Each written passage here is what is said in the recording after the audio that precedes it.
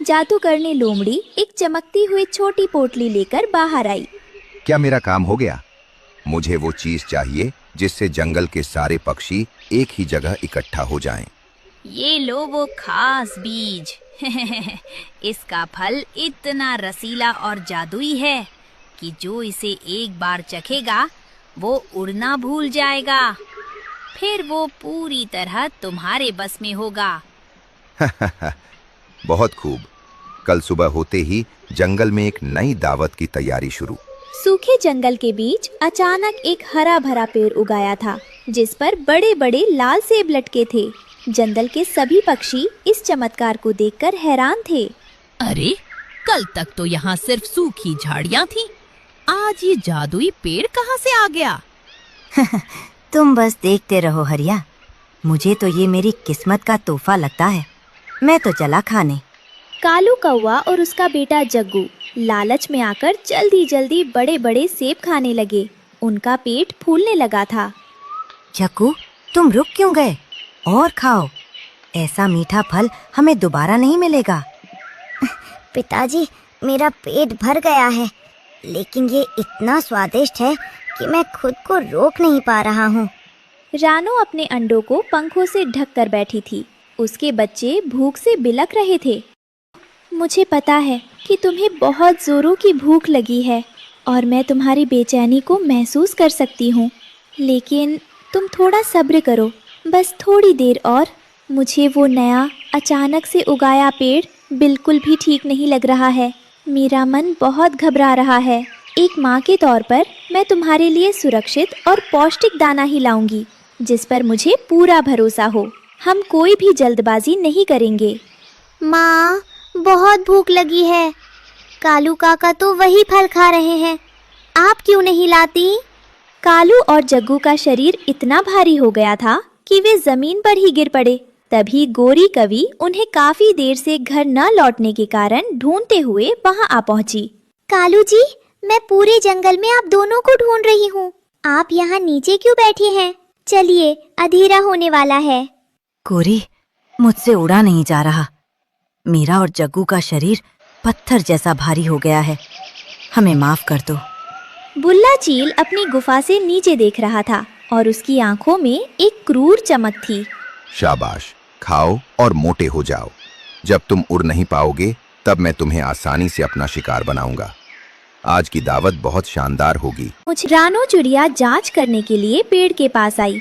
उसने जैसे ही एक गिरे हुए सेब पर चोंच मारी, उसमें से लाल रंग का खून जैसा तरल बहने लगा। हे भगवान, ये तो फल नहीं, ये तो कुछ और है। इसमें से रस नहीं, खून निकल रहा है।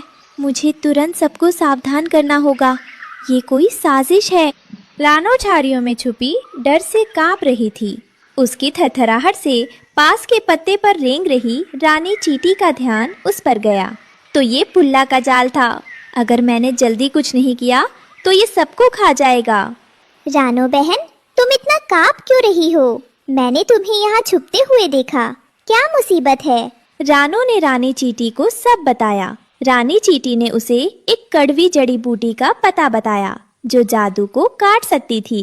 रानो, तुम कड़वी नीम की जड़ का रस उन्हें पिलाओ, उससे उनका वजन तुरंत कम हो जाएगा। आप सही कह रही हैं, लेकिन मेरे पास समय बहुत कम है। भुल्ला कभी भी हमला कर सकता है। रानो उड़कर नीम के पेड़ पर पहुंची, लेकिन सख्त जड़ें उससे टूट नहीं रही थीं। तभी उसकी नजर ऊपर डाली पर बैठे हरिया तोता पर पड़ी, जो नीम की निबोली खा रहा था। रानो चिड़िया जांच करने के लिए पेड़ के पास आई। उसने जैसे ही एक गिरे हुए सेब पर चोंच मारी, उसमें से लाल रंग का खून जैसा तरल बहने लगा। हे भगवान, ये तो फल नहीं, ये तो कुछ और है। इसमें से रस नहीं, खून निकल रहा है। मुझे तुरंत सबको सावधान करना होगा। ये कोई साजिश है। रानो झाड़ियों में छुपी डर से कांप रही थी। उसकी थरथराहट से पास के पत्ते पर रेंग रही रानी चींटी का ध्यान उस पर गया। तो ये पुल्ला का जाल था। अगर मैंने जल्दी कुछ नहीं किया तो ये सबको खा जाएगा। रानो बहन, तुम इतना कांप क्यों रही हो? मैंने तुम्हें यहाँ छुपते हुए देखा। क्या मुसीबत है? रानो ने रानी चींटी को सब बताया। रानी चींटी ने उसे एक कड़वी जड़ी बूटी का पता बताया जो जादू को काट सकती थी। रानो, तुम कड़वी नीम की जड़ का भैया भैया, भगवान का शुक्र है आप यहाँ हैं। मेरी चोंच से ये जड़ नहीं निकल रही, कृपया मेरी मदद कीजिए, सबकी जान खतरे में है। रानो भाभी, आप इतनी घबराई हुई क्यों हैं? हटो, मेरी चोंच तेज है, मैं अभी ये जड़ काट कर देता हूँ। रानो चोंच में जड़ दबाकर तेजी से लौट रही थी। तभी भुल्ला चील ने उसे देख लिया और उसका रास्ता रोक लिया। अरे छोटी चिड़िया, इतनी जल्दी में कहाँ जा रही है? और ये चोंच में क्या है? हे भगवान, अगर मैं रुकी तो सब खत्म। रानो ने जड़ को कसकर पकड़ा और कांटेदार झाड़ियों के बीच में से गोता लगा दिया। रुक, तू इन कांटों में छुप सकती है, लेकिन कब तक? मैं अभी जाकर तेरे उन मोटे दोस्तों का नाश्ता करता हूँ।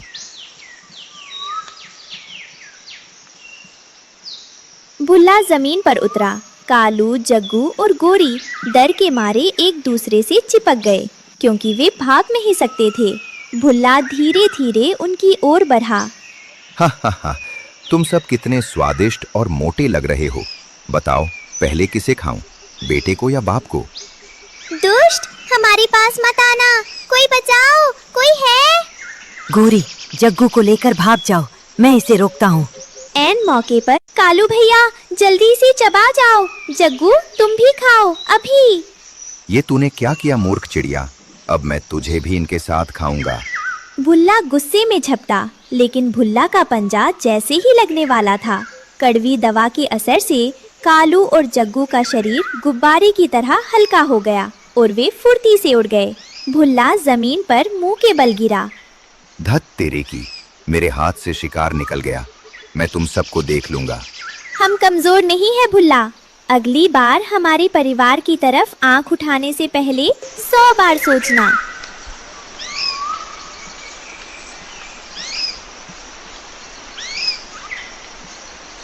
सभी पक्षी रानो के घोंसले के पास जमा थे।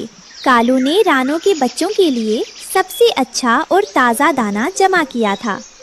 रानो बहन, आज तुमने साबित कर दिया कि असली ताकत पंखों में नहीं, हिम्मत में होती है। हम सभी इस घने जंगल के रहने वाले हैं कालू भैया, और ये जंगल हमारा घर और परिवार है। इस कठिन समय में एक दूसरे का साथ देना, एक दूसरे पर भरोसा रखना और एक दूसरे की मदद करना ही हमारी सबसे बड़ी और मजबूत सुरक्षा है।